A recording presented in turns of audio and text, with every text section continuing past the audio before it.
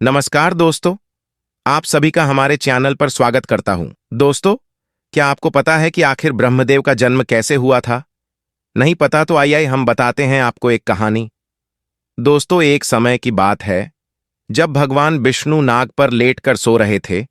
तभी भगवान विष्णु के नाभि से एक कमल का फूल निकला और उसमें से ब्रह्मदेव प्रकट हुए थे। जब ब्रह्मदेव का जन्म हुआ तो उस समय भगवान विष्णु और ब्रह्मदेव दोनों ही कई वर्षों तक ध्यान निद्रा में लीन रहे थे। जब सबसे पहले ब्रह्मदेव का ध्यान भंग हुआ तो उन ध्यान से बाहर आए। तब उन्होंने सोचा कि इस सृष्टि पर तो और कोई नहीं है, मैं ही सबसे ऊपर हूं, अर्थात मैं ही सबसे सर्वश्रेष्ठ हूं। जब उन्होंने नीचे देखा तो जिस कमल पर उन बैठे थे उस कमल का आरंभ और अंत नहीं दिखाई दिया, तो ब्रह्मदेव उस कमल का आरंभ और अंत ढूंढने निकले। तभी ब्रह्मदेव बैकुंठ पहुंचे और उस कमल का आरंभ भगवान विष्णु के नाभि से हुआ था। उस समय भगवान विष्णु शेषनाग पर लेटकर ध्यान निद्रा में लीन थे। तभी ब्रह्मदेव ने उनसे पूछा, कौन है आप? तभी भगवान विष्णु भी ध्यान निद्रा से बाहर आए।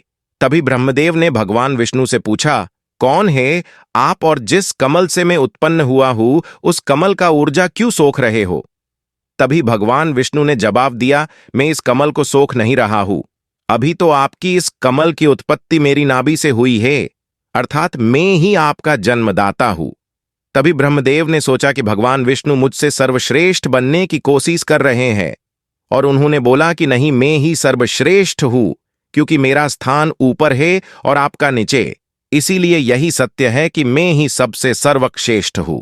तभी भगवान विष्णु और ब्रह्मदेव के बीच इस विषय को लेकर विवाद शुरू हो गए। तभी अचानक उनके सामने एक प्रकाश के खंभा उत्पन्न हुआ जिसका कोई आरंभ और अंत नहीं था। और तभी उस खंभे से आवाज आई कि जो इस खंभे का आरंभ और अंत ढूंढ पाएगा वही सर्वश्रेष्ठ होगा। और तभी भगवान विष्णु और ब्रह्मदेव दोनों उस खंभे का आरंभ और अंत ढूंढने निकले पड़े।